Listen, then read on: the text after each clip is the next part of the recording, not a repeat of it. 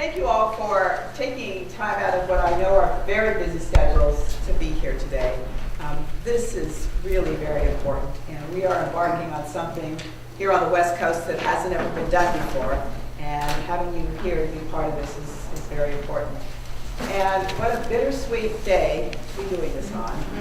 And I think it would be worth our while, since most of you look like you were around in 1963, for us to take a moment and pause and reflect on the tragedy that occurred in the loss of our president, John F. Kennedy.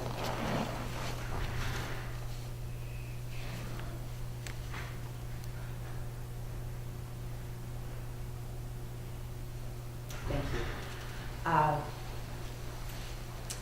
It was 50 years ago today that John F. Kennedy was assassinated.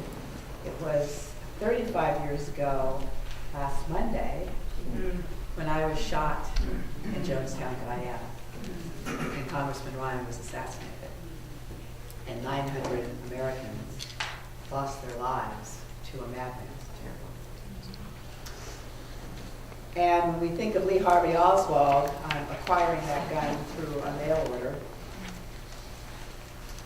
it just draws in very clear relief why this issue continues to be so vexing and why it is important that we take every step possible to address it. Now, a couple of months ago, I was at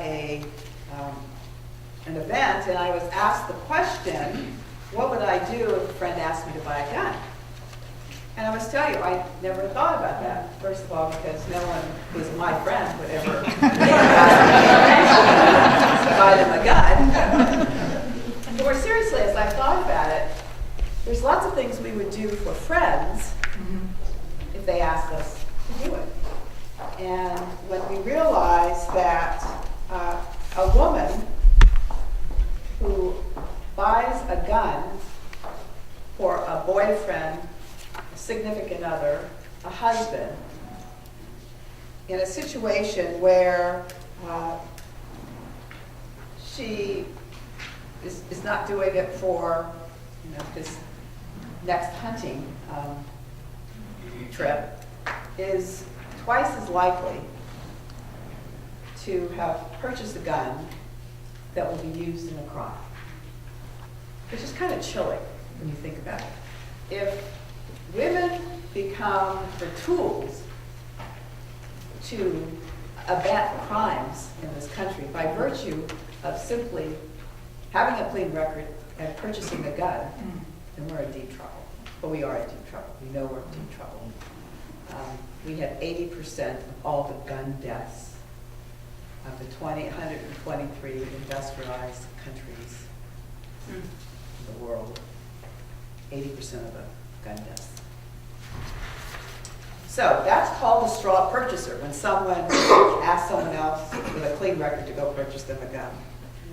Oftentimes these women are being bullied by their husbands, their boyfriends, and they're buying it for someone who has a criminal record and can't buy it on their own. So that's the bad news. The good news is that there is something we can do about it, and that's why we're all here today. These women are terribly exploited and commonly have no idea that their actions are actually illegal. They're just trying to help out their friend or spouse or whomever it is. And we've got to do a better job of educating them. We've got to do a better job of helping them identify how they're being used as tools and how they end up abetting crimes. We've got to help them say no. So part of what today is all about is educating ourselves and then looking to best practices and where we should go in the future in terms of dealing with this issue.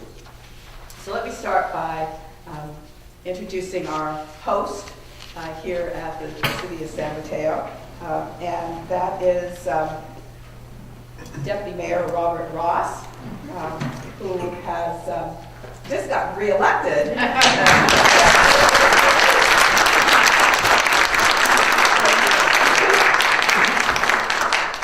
I have the privilege of welcoming you to the city of San Mateo. For those of you that don't know, we were voted Brandon McNally's small city for best restaurants, most variety. And the safest community. You know, I had the opportunity to serve the city of San Mateo as a policeman for close to 30 years. I've seen the victims from these types of crimes and what it does to the families that are left behind. One of the things that I'm extremely proud of is the representation here in the room today. We have people from, obviously, our citizenry, but if you look around, you have people from law enforcement, from nonprofits, from the district attorney's office. What that says is that together we have the ability to really have an impact. And the strength of San Mateo County has been how well we've worked together in the past. So I know that we're all going to learn a lot today, so let's keep our ears and eyes open, and let's tell 10 people who will tell 10 people who will tell 10 people. Thank you.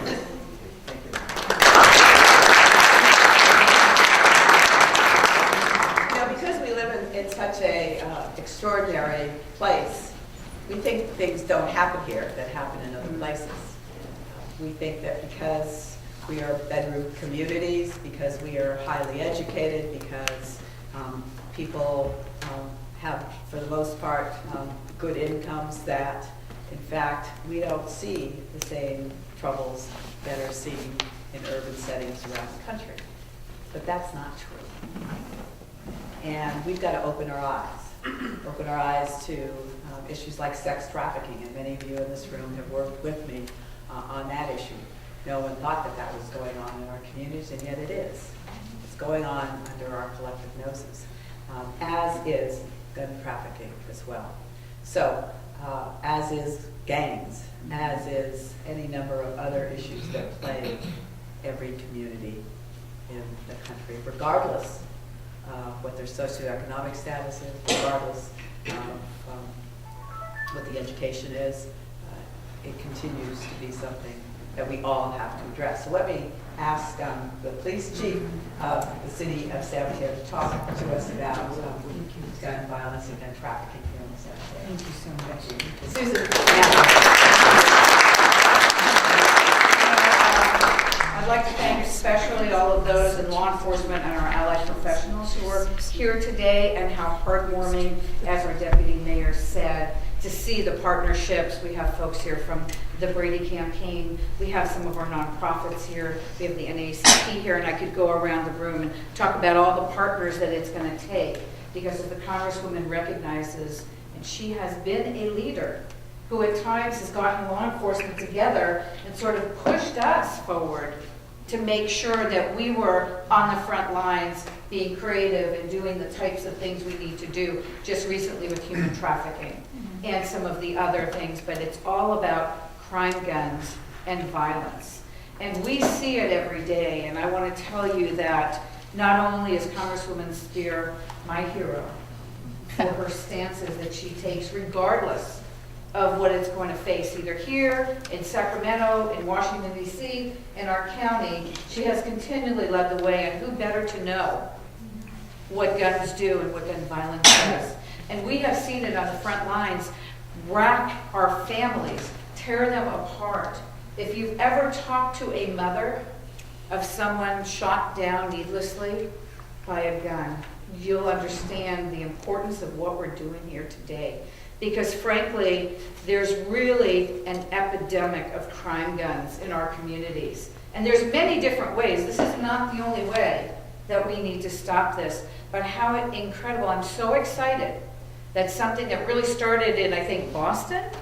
I mean, Boston can't be the center for all innovation, right? I mean, they may have Harvard and all these great, and Boston does lead the way on innovative crime and delinquency prevention and other things, I have to say, in many ways. But we here in San Mateo County are taking up that gauntlet. And I can see by the folks in this room that we are going to really rally behind this. And frankly, I think we need to recognize that in many ways, the mothers And the women in our communities are the ones who can stand the strongest and stand on firm ground and provide some answers that you're going to hear about here today in this innovative program. So I am delighted on behalf of the president here of the San Mateo County Police Chiefs and Sheriffs Association, many of whom are here in this room, to embrace our next step forward and making sure that we women are standing up collective with all of the great men also in this room to get to other women and to say, you have a way to stop some of this violence. So to my heroine, who on so many issues has been very inspiring. I'm so serious, from veterans to mental health, youngest victims, you have just led this way, so thank you. Thank you very much. I am very pleased to see all of you here, and so that we all know who has taken the time to come out. I mean, there's some really powerful, influential leaders who are here, and I want you to know them. Steve Wagstaff, our district attorney. From the district attorney's office. Joseph Rio from the Alcohol, Tobacco, and Firearms Special Agent in Charge in San Francisco's Field Division. Anne-Marie Conroy from the U.S. Attorney's Office. Frederico Roca, Interim Police Chief of East Palo Alto. Yes. Manuel Martinez, Police Chief of Daly City. Yes. And Larry Shoemaker from San Mateo County Sheriff's Office. Sergeant Linda Gibbons from San Mateo County Sheriff's Office. Mike Mazzoni from the South San Francisco Police Department. Police Chief and Fire Chief now. When did that happen? 2 months ago. Okay, congratulations. Tanisha Hughes, Manager of Client Services at Cora. Nicholas Calderon from Supervisor of Horsley's office. Anthony Valdez from Supervisor Tizier's office. Karen Franconi, Executive Director of Services. Jacqueline Carlton, City Council Member from Menlo Park. Elaine Wolf and Toby Coates, counselors from the Choices Program. Any other officials that I missed? Oh, Pedro Gonzalez, Vice Mayor, Mayor.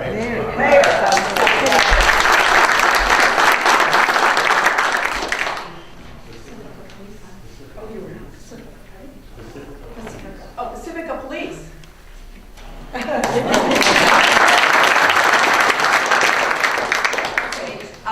We're going to see. Oh, CHP. Mike, thank you. All right. I'm going to ask your indulgence and forgiveness because at 2:30 I'm going to have to leave because one of the great leaders of San Mateo County for 30 years suddenly passed away very recently, and that's former Supervisor Bill Schumacher. And so we're having a memorial service for him in Daly City at 3.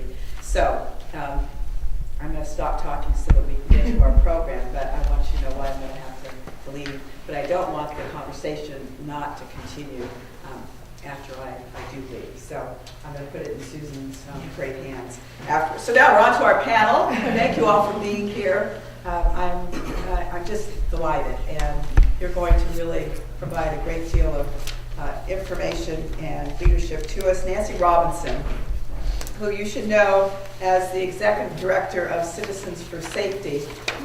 She is a marvel in her own right. This group is a community-based coalition of faith and civic leaders, of government and law enforcement officials, of researchers and healthcare professionals, and gun violence survivors. She is committed to keeping guns out of the hands of criminals. Citizens for Safety has trained thousands of volunteers now in 5 states and develop groundbreaking educational tools.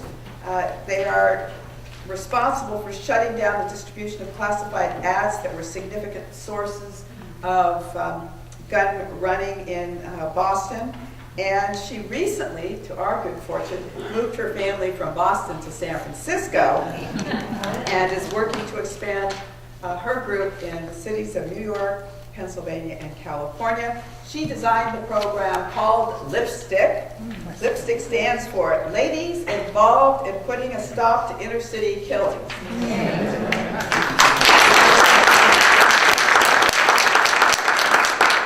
Dr. David Hemingway is an economist and professor at Harvard School of Public Health.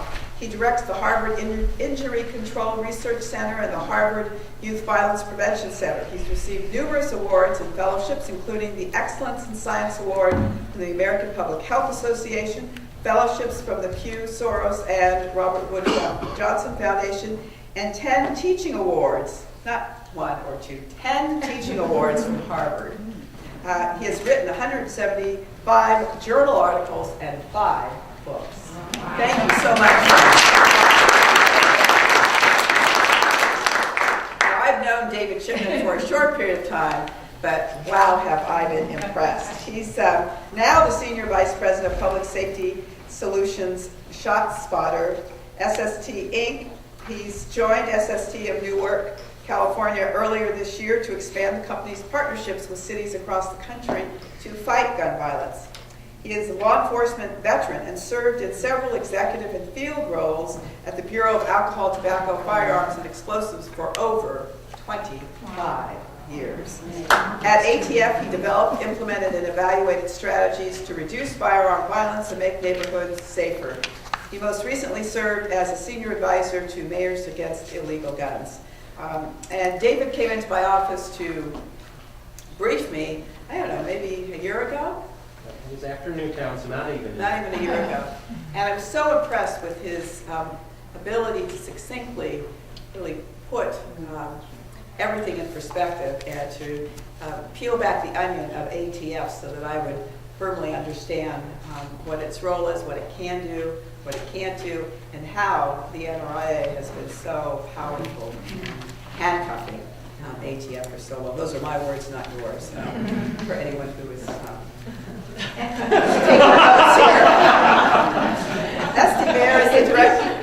Esty Mayer is the Director of Public Health Policy and Planning for the San Mateo County Health System. Her job is to deliver public health services, prevent the spread of disease, and build communities which make it easy to stay healthy.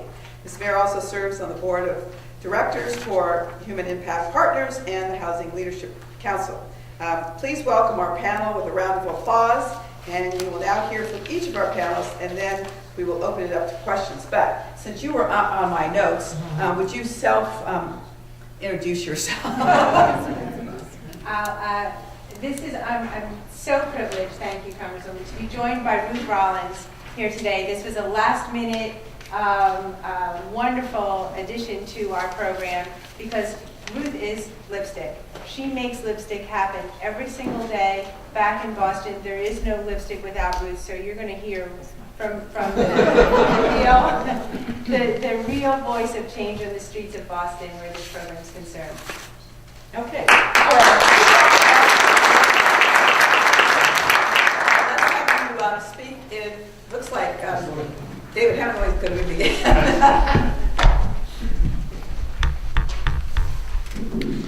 So I'm just going to quickly give some sort of background.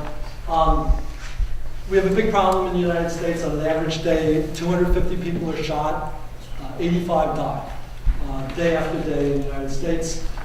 When you compare us to the other first world countries, as the Congresswoman mentioned, we have average crime rates. We have average violence rates. Our kids are average in all the different ways you can look at it in terms of problems. But we are somehow different in one big way, and that is we have the weakest gun laws among all of the first world countries. We just have given everybody easy access to guns. How has this easy access helped us? And the answer is it hasn't. I'll just show you one slide. This is comparing the United States with the other first world countries, the 5 to 14-year-olds. This is K through 8. As you can see it, gun homicides in the United States for these children are not 50% higher, twice as high, they're 13 times higher. As the Congresswoman indicated, if you lined up all the dead bodies of these poor 5 to 14-year-olds who have been shot and murdered, people kids from Germany, from Australia, from Canada, from Japan, from Germany, 26 other countries, 85% of those children would be American children. You can see our non-firearm gun homicide rate is in the same ballpark, and non-gun suicide rates in the same ballpark, but we have much higher gun suicide rates for this group, much higher unintentional firearm deaths. We are just out of, I teach at the School of Public Health, lots of foreigners, lots of international, they just can understand why we let this happen to our children. I want to talk quickly about the public health approach. It's really about prevention. Instead of waiting till somebody shoots somebody else and then blaming them, it's saying there's probably 10 different ways we could have prevented that from happening. Let's go upstream and prevent it. And it's really not about pointing the finger at anybody, it's about shared responsibility. Quickly, there is a iconic tale that everybody in public health tells each other. We tell it at the fireside to the little children who are going to grow up and be public health professionals. And it goes like this. In the 1950s, when I was growing up, we were told that it was all the driver's fault. Over 90% of crashes were due to driver error. Over half of the fatalities were due to drivers deliberately disobeying the law. Basically, it was the motor vehicle manufacturers saying, in effect, cars don't kill people, people kill people. And if only people did much better as drivers, we could solve the problem. In the 1950s, public health physicians asked a different question, not who caused the accident, but what caused the injury. And it was clear people were being speared by steering columns which didn't collapse, their faces were lacerated by windshields which weren't safety, they were thrown from the car because there were no seatbelts or airbags. They would go off the road and hit things we had planted along the sides of the roads, like lampposts and trees. Public health physicians began saying, can't we do something to make the cars safer? Can we do something to make the roads safer? Can we do something to make the emergency medical system safer, to make social norms different? Fast forward to today, 60-some years later. Nobody thinks drivers today are any better than they were before. We are better about drunk driving, which I'll talk about. We are much worse about texting and distracted driving. Fatalities per mile driven in the United States have fallen over 85%. So for every 20 people who would have died when I was young, only 3 people die today. And so what are the insights? You don't have to change people. What you want to do is create a system where it's hard to make mistakes rather than easy, where it's hard to behave inappropriately as opposed to easy. And this is what we've learned, for example, now about physician error. Instead of waiting, who's that bad physician who made that error? Let's make a system where it's hard for physicians to make error. That's the goal. Second key insight is that we can change social norms. And the big social norm that was changed in terms of driving was drunk driving. When I was a young adult, even though it was against the law to drink and drive, everybody did. Why? If you went to a cocktail party, of course everyone was drinking, you had a buzz on, how are you going to get home? Of course you're drunk. And now that's not the case anymore. Things have changed. And a lot of people helped them change.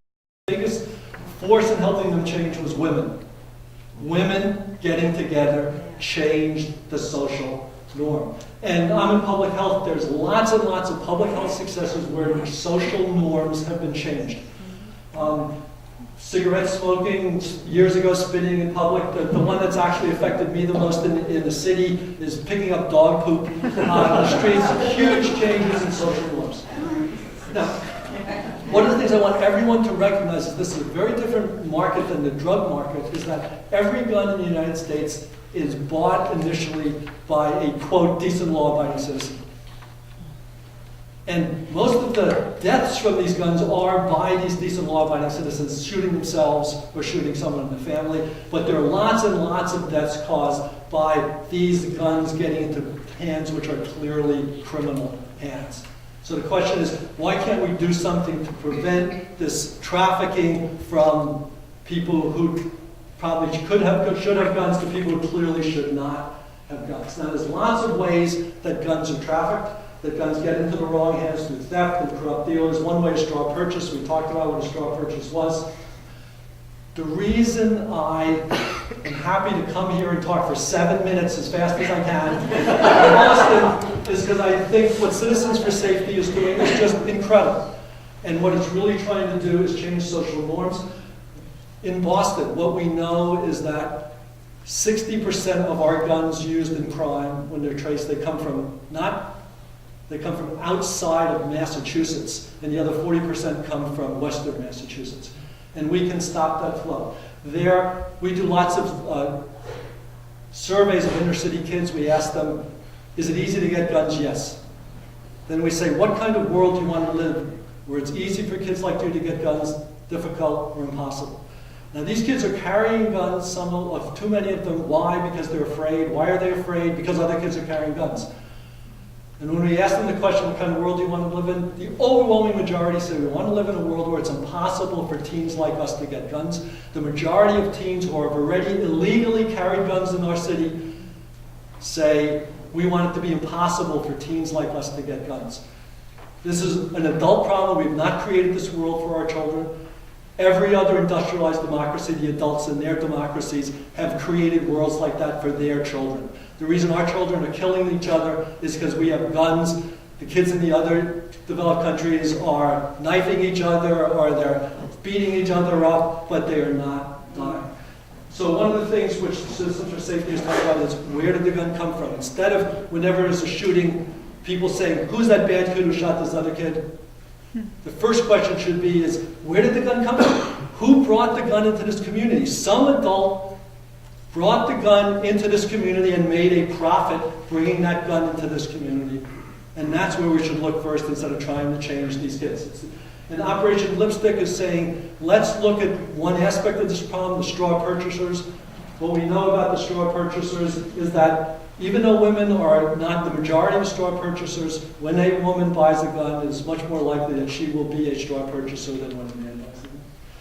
And I would just say finally that Operation Lipstick is in the best tradition of public health because it's about upstream prevention. It's trying to get as many people excited and involved in trying to change social norms, and it's about changing social norms. It's not pointing the finger at anybody, but it's shared responsibility.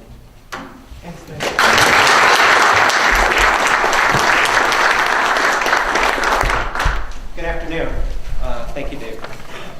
It's been an honor to spend my professional career working on what I believe is the civil rights issue of my generation, which is the problem of gun violence. Earlier this year, I had one of the highlights of that career when I had the opportunity to testify before Congress, a task force led by Congressman Thompson and her Congresswoman Spear. And it was one of the most nerve-wracking points of my career to be called into the Congresswoman's office after, and I didn't know what to expect. We had not met. My experience with politicians is that they fly in at about 40,000 feet, lob a couple of questions that their staffer has handed them, and I escape quite easily. What I found was a very committed Congresswoman who knew all the tough questions, and I was grilled for an hour. And what I did learn from that meeting is that you have someone who follows their words with action. One of the commitments that Congresswoman Spear told me about was that her and fellow colleagues were going to pressure their Senate colleagues to confirm an ATF director. For you to have leadership at the federal level, you need someone responsible at the helm. She got that done. So she's finally, what is probably more impressive is the fact that in passing, I suggested, I know this woman, Nancy Robinson, she's got this great idea. Maybe you want to talk to her. Here we are today. And so that to me is unique. For 25 years, I've heard a lot of talk and not much action, and this is proof that you are lucky to have something different. So it's an honor to be here today. I think also I need to thank my boss at ShotSpotter for arranging for me to be working here this week instead of where I work in Arlington. He is very concerned about the public health implications of gun violence in our country. And in fact, that's why he leads ShotSpotter. He grew up in Oakland. He's from the Bay Area, and it's his belief until we get a dome of protection over this country, like the National Weather Service, that immediately alerts law enforcement when the gun is fired, we will never understand the scope of gun violence in this country, nor will we be able to do anything effectively about that. So talk to me in 10 years and maybe we will have succeeded in doing that. But you should know that many of your cities in this area are protected by ShotSpotter, and police are doing things that they've never been able to do in the past because of it. Why am I here specifically today? The first 5 years of my career, I worked as a special agent with ATF in Norfolk, Virginia. At that time, New Yorkers and people from Boston would come down to Virginia that had very few gun laws and acquire firearms. And me, as a new agent, wanted to make a name for myself. So I wanted to catch bad guys, and I wanted to figure out, what's the most efficient way to do this. And one of the most important vehicles for ATF was that anytime an American buys more than one pistol in a 5-day period, a form comes to ATF. And what I noticed, because I was brilliant, was that a lot of women were buying multiple firearms, and all of the same kind. And, I grew up in Michigan, people had guns, but I don't remember ever knowing any woman who bought like 3 of the exact same pistol. It seemed odd. So I decided to go through these stacks, which were hundreds, and pick out several of them who are women. And then I went out and interviewed these women. And just imagine, how I look today, imagine me at 21 or 22. I think the bad guys I arrested called me 21 Jump Street. I looked very young back then. And so I guess I had the ability to connect with women and sort of try to get to the truth of the matter. And unfortunately, what ended up happening is for 5 years, I almost worked exclusively on cases in which multiple firearms were being purchased by women for criminals that were ended up used to shoot people, shoot police. And it was really frustrating because in every one of these encounters, the women were just, felt horrible about what they'd done. They had not connected the dots. And later in my career, I got to meet Nancy, and I said, you know what? I always felt as an agent, I was doing the right thing for the country, but it felt sort of like dirty work. You go interview a woman, you get her to confess, she's in trouble, then you're asking her to get the bad guy. It's a stressful situation. I said, I work for ATF, but I don't want it to stand for after the fact. What can we do that prevented this situation from ever happening? And to me it was, how do we teach women that no is a complete sentence? No is a complete sentence. Like if someone asked you to buy a gun, it'd be like, no, right? Why is there some justification? It's not like buying me a toaster, it's a firearm. And so there are a lot of reasons why no isn't easy. It could be, in the experience I saw, you could be addicted to drugs and owe your dealer money. It could be you're in an abusive relationship. And you feel like by not buying the gun, you could be threatened with violence, which is sort of interesting, buying someone you're scared of a gun because you're afraid of them. But it happens, I've seen it. It could be you got laid off and you're trying to get food for your kids. It could be that you're just kind of stupid. And you just don't get the gravity of what you're doing. I saw all of these people. What I did not meet was some woman who was like some gangbanger evil doing this. It was never the case. And so to me, I was like, man, if someone could just give them this information before the fact, I would have had to have been smarter figuring out who else was buying the guns. But at least I wouldn't worry about women doing this.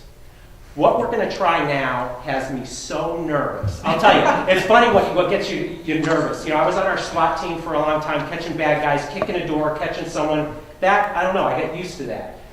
Public speaking or about to pull off a role play, so this is either going to go excellent and everyone's going, man, that's brilliant, or it's going to be so bad we're going to laugh for the rest of the day and it's going to be on video and probably viral. But what I want to do is I want to share with you sort of like how this broke down. Like, what would it be like if a federal agent came and knocked at your door and interviewed you if you had bought a gun?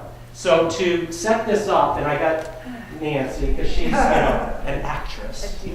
I'm going to sort of set the stage, and we're going to do a little role play, so you can, to the best you can, I'm not going to give all my great secrets of interrogation, but I will show you how this played out. So this is the story. So I'm the federal agent, because I know that part. And what I'm investigating is the purchase of a firearm that Nancy Robinson has made. She purchased a Glock 40 caliber pistol, and she bought it in October 15th specifically, at Rusty Sports in East Palo Alto. Now, there is no such Rusty Sports, but I wanted to give some local flavor. Okay, and this is what I know, the federal agent, and she does not know this part. The firearm was recovered November 8th in Oakland. The police responded to a shot spotter call there in which 12 rounds were fired from a moving vehicle and the target a rival drug house. The victim is a 7-year-old boy who was shot and killed playing in the adjacent yard. And the gun has been matched to the bullet they recovered from the poor child. ATF has traced the gun, and we now know that the gun used in that crime was purchased by her. She knows nothing about this. How I always liked it, the federal agent knew everything. This is what I don't know that Nancy knows coming into this interview. That she's a single mother of 3 boys. She's unemployed and divorced. She's currently dating a man from Oakland she met via the internet. Okay? On the way to dinner and a movie, the boyfriend asked her to buy him a gun. The boyfriend said he would buy it himself, but he can't because he lost his driver's license. The boyfriend said he'll give her the cash, and he'd give her the cash to buy the gun, and the favor would mean a lot. It's no big deal. He just wanted to go shoot targets with his friends. And he told her, you just got to go into a gun store. It's a technical violation, whatever. Fill out some paperwork. And then, at least in California, you got a waiting period. So they had to come back about 10 days later to pick up the gun. But that's really what she knows, and she really doesn't know anything other than that. So, Nancy. And now this could all go really bad. Okay, so this is good. Knock on the door. Mrs. Robinson, my name is David Chipman. I'm a federal agent, and I'm here to help you. I just always wanted to say this. Now, the rest of this is going to be serious, but that was part of my bucket list, saying that I know Mrs. Robinson. That dates me a little old. Okay, so we will go to Mrs. Robinson. My name is David Chipman, and I work for the federal government. And one of the things we do is we investigate gun store owners. And a lot of these gun store owners can't keep the record straight. And I went into the gun store, and there's this record, and it looks like you bought a gun possibly, but like the serial number's messed up, and it doesn't match other records. Did you buy a gun recently? Yeah. Okay, Yeah. You bought a gun. Do you remember like what kind it was? Black? Black. Okay, was it a long gun or a pistol? What? Yeah, small gun. Okay. And you bought this. What was the reason? Why did you think a small black gun would be helpful to you? It's, because it's my right and Right. yeah. Okay. Awesome. Okay. Well, that's good. You do. I mean, do you live alone? I live with my children. Your children. Yeah. So that that makes sense. I mean, we all need to work on our safety. Yeah. So one of the things is, do you remember what kind of model it was? No guns and models. Yeah, okay. And of course, I don't even remember the serial number on my the license plate of my car. But it'd be really helpful to see the serial number. Do you have the gun? Can I compare the serial number on that gun to make? It's funny you should ask that. The guns, it was stolen. It's been missing. It's been missing. Yeah. Okay. And where would I get the police report that you filed? Well, I didn't know. Oh, because you didn't know the serial. Yeah. Yeah. When did the gun get stolen? Let's see. It was 'Cause I last Friday. I Last think, about Friday. November. What was the date? 14, 15. Okay, so around today's last the Friday. 22nd, November 15th. Yep. And why are you certain it was stolen on that day? Yeah, because I had a party. And I Okay. had my girlfriends over, and we were having Okay. some cakes and beer, and it was Friday night, and I noticed the gun missing, but I didn't want to get them in any trouble because I thought, well, maybe they borrowed it. Right. Okay. So, but you're certain, you're absolutely certain that it's November 15th. Yep. Absolutely positive. Yep, the little black. Little black on November 15th. Okay. Here, let me just look here for a second. That's all? Just one thing. Yeah, I mean, it's Friday. I want to go home. I got Okay, they're coming both. Yeah, you know what the problem is here, Mrs. Robinson, is, and this stinks. I have things to do this weekend. It's, the week before Thanksgiving. I thought I was, being upfront with you and treat you respect. I'm not kicking down your door or anything like that, right? But, this firearm, right, you couldn't have possibly had it on that day because the police had it a week earlier. And the reason they had it is because it was used to shoot the child 7-year-old child. So the problem that makes me have here right now is I don't know why you're lying to me. Like, I came here just asking for help. No threats or anything. I just wanted to know the truth. It's my job to, figure out the truth. So. Not my gun. Not my gun wouldn't be used to kill it. Okay, so I'm your a gun. mother. I know you're a mother, but your gun, with your fingerprints, with paperwork, is at the scene of the crime. So really, there are two things here. Either you are some trained gangbanging criminal, which you don't look like, or you bought the gun for someone else. So I don't know which it is. But right now, now I'm thinking who am I going to call to, set your kids up for the weekend and Thanksgiving while you're going to jail? You cannot buy guns Going to jail? You I haven't bought done them. anything. You can't buy guns for other people, right? You can't. It was just my boyfriend. It's just my boyfriend. He's telling me he needs it. It's just. Okay, so here, let's do a reset here. Okay, let's pretend I just came in. Okay, because you lied to a federal agent. That's a crime. I would have to act on that. Let's pretend none of that happened. What I'm going to do is I'm going to come to your door and I want you to just tell me the truth. And if you tell me the truth, then I can do my job. We can go and hold who is responsible, accountable, and we can work on the real criminal. Okay. Can we do that? Yeah. So I'm going to forget all this you said before. What's the truth? I think your phone's ringing. And it's my boss. He wants to know how the interview's going. Okay. All right. All right. I had a party. Okay. I had a party. You had a party, but talk about the gun. The gun. Why did you? Okay. How did it work? Look, I'm alone here. I'm raising my kids. I don't meet anybody. And I met this guy, and I thought he was a really great guy. And he asked me to do him this favor, and he needed a gun. He was in some little bit of trouble, and he said he just didn't have a time to do it himself, and he wanted me to do it This for guy's him. name. What's his name? What's his name? Yeah, the guy. Mark. Mark. Okay. Mark. Okay. And then the federal agent hugs, right? Always the hug.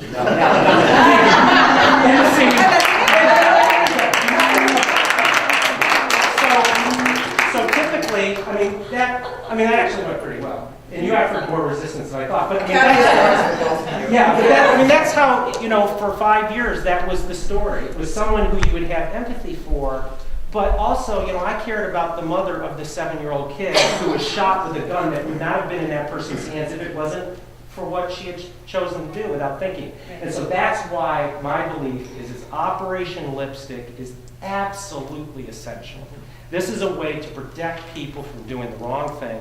It's a way of empowering women that know it's a complete sentence, and it would make federal agents like me not have to do what I think is kind of dirty work, but has to be done to protect us. So that's what I got.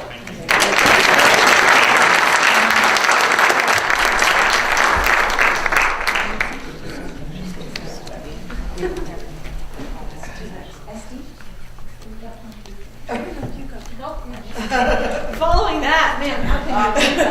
Wow. Fantastic role play. That was great. So I'm going to just talk a little bit about San Mateo County. I'm your public health director. I look at a lot of data about our county. And so I wanted to kind of share that with you. We have, we've heard about the good work that's going on in Boston, nationally, internationally, and kind of bring it home here a little bit.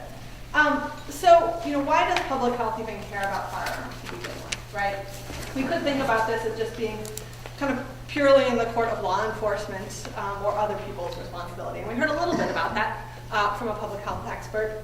And from my perspective, it kind of boils down to two things for public health. One is firearms cause a lot of death and injury. And in the public health business, we care about death and injury, predominantly trying to prevent it. But we also know that firearms can have a real chilling effect on communities.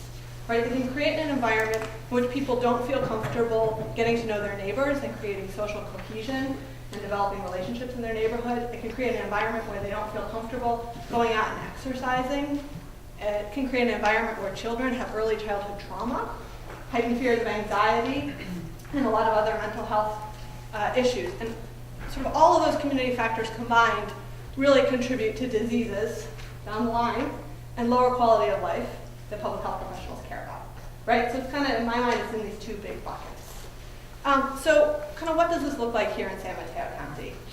Well, on the one hand, we can look at our data, and I have a lot of data, and we can say, in an 18-year period, we had 867 deaths as a result of firearms in San Mateo County. And as a number, it sounds kind of big, say nearly 1,000 deaths in 18 years as a result of firearms. But the reality of that number is it's actually pretty low here. We're pretty lucky. On one sense, we don't have a lot of deaths as a result of firearms in San Mateo County. That translates to a rate that is much lower than San Francisco County, Santa Clara County, Alameda County, or kind of our other neighbor counties. We also know that firearms are implicated in most unintentional injuries in our county. But again, those rates are pretty low for San Mateo County. So we're lucky in that regard, right? But if we start to look a little bit deeper at our data and our information, we can actually see that the issue that we're talking about here today is actually a pretty big issue. And it's a bigger issue for some parts of our communities than others, but even that issue being stronger in some places has an impact on everybody who lives here in San Mateo County. So one thing we know is that when we interview 6th, 7th, and 8th graders, so I think these are kids around 11, 12, 13 years old, 4 to 6% of them say that they carry a gun to school. It's just unconscionable, right, to imagine children so young, right here in San Mateo County, carrying a gun to school.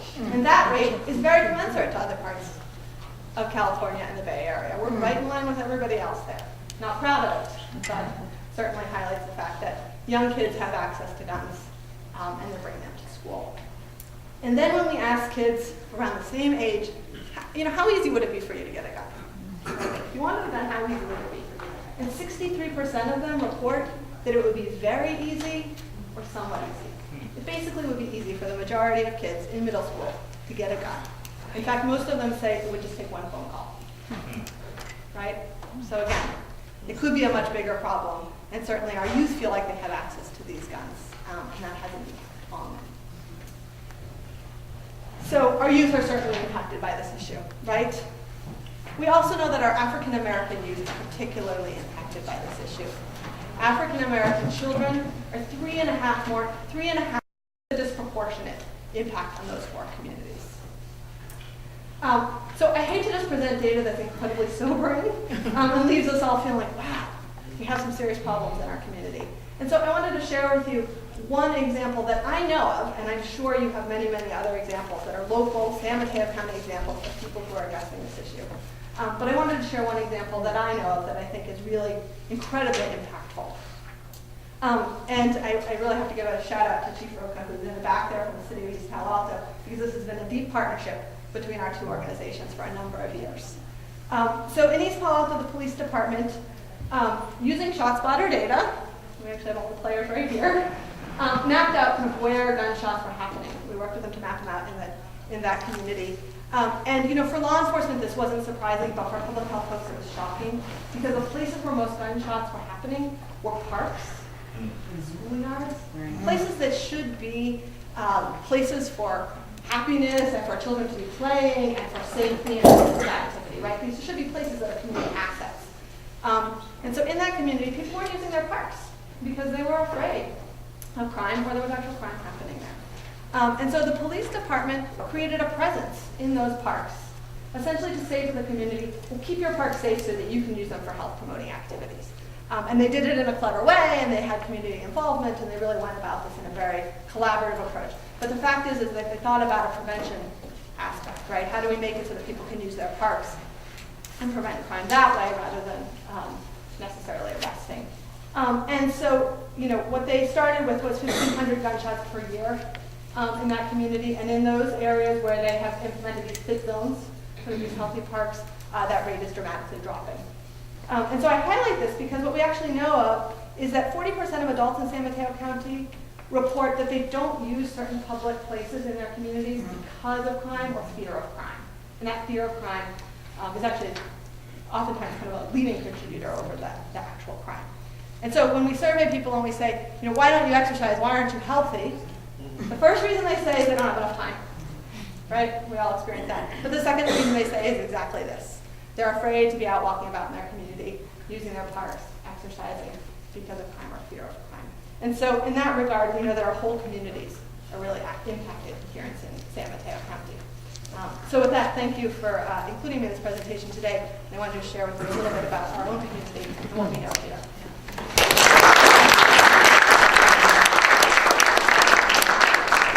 I just want to thank you so much because you're helping us to bring a lot of the studies and the facts home so we understand what's happening in our own backyard. And I wanted to just call on ATF Special Agent in Charge, Joseph Rial, to just help us understand better a local trafficking case that he's going to describe for us.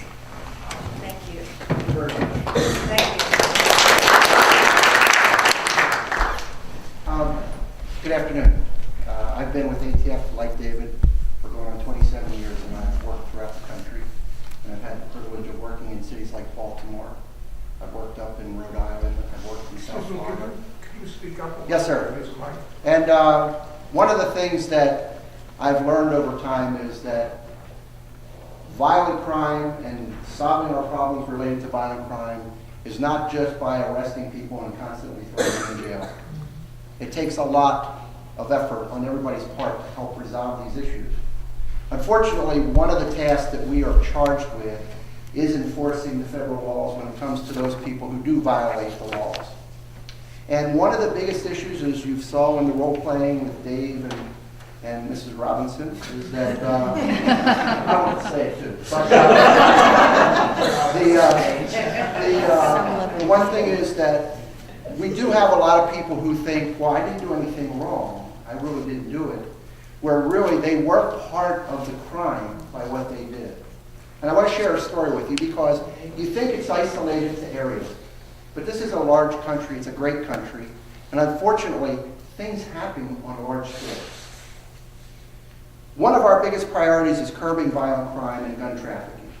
And we established a new business model recently we call Frontline, which to us is very important because one aspect of it is to pursue aggressively individuals or groups that are illegally trafficking firearms. And as you heard, straw purchasing is one of the schemes that's used in this.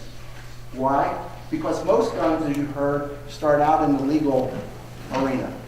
They all start with manufacturers buying them and someone buying them legally, or they then get diverted.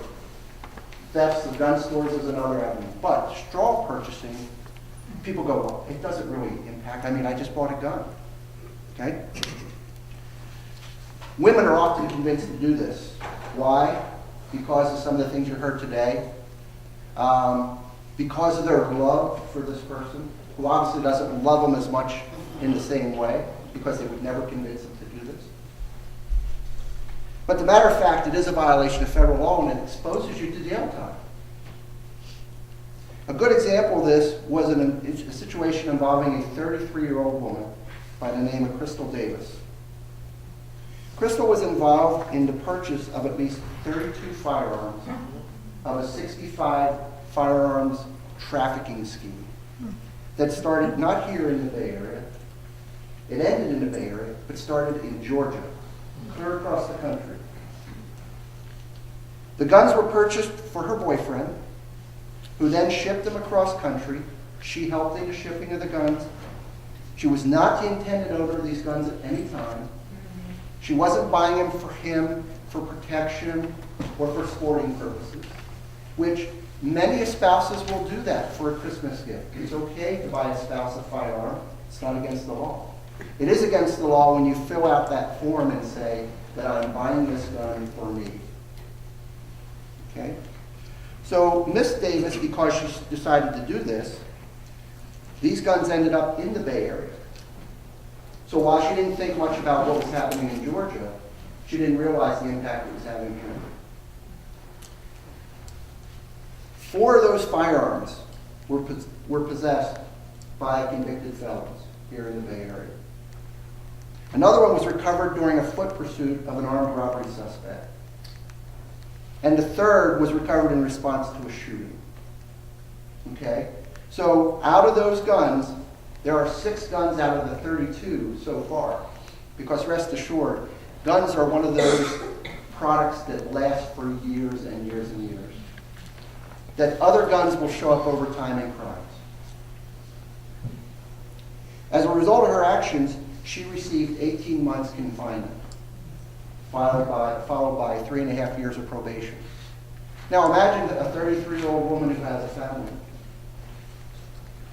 or is a single mother who has children who think, I'm getting some money to do this, or I'm doing this because I love my boyfriend. But imagine being in confinement now and you don't have the ability to take care of your children or your family. As a result of this entire case, there were 7 people who ended up being defendants in this investigation. The total amount of prison time for all the people here was over 20 years aggregate. And one of the several methods used to unlawfully obtain the firearms was through the straw purchase scheme, which Ms. Davis played an instrumental role in. The only reason that someone would use a straw purchaser is to buy a firearm for someone who cannot buy it on their own. And I think Dave said it very well when he said, no is a complete sentence. And we have seen recently in Oakland, just across the bay, where a young lady who was spending the night with a friend gets shot before the doors even open. Or another child is sleeping in bed and the shots ring out and come through the wall and kill that child. It's a cycle that we have to help stop collectively.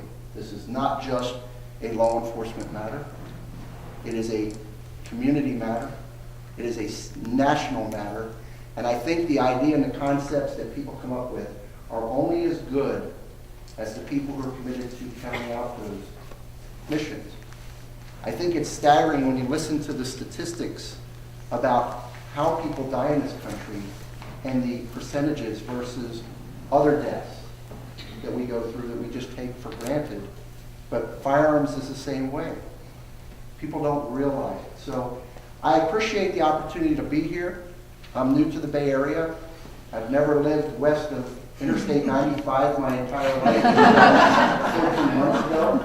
I'm proud to be living in the Bay Area now and working in the Bay Area, and I look forward to working with law enforcement partners throughout the communities to help with this and do what we can collectively through the U.S. Attorney's Office, the DA's office, our state, local, and other federal counterparts to help you as community folks and leaders and rights activists try to solve this problem collectively so that we can turn this country around when it comes to firearms violence. Thank you for your time.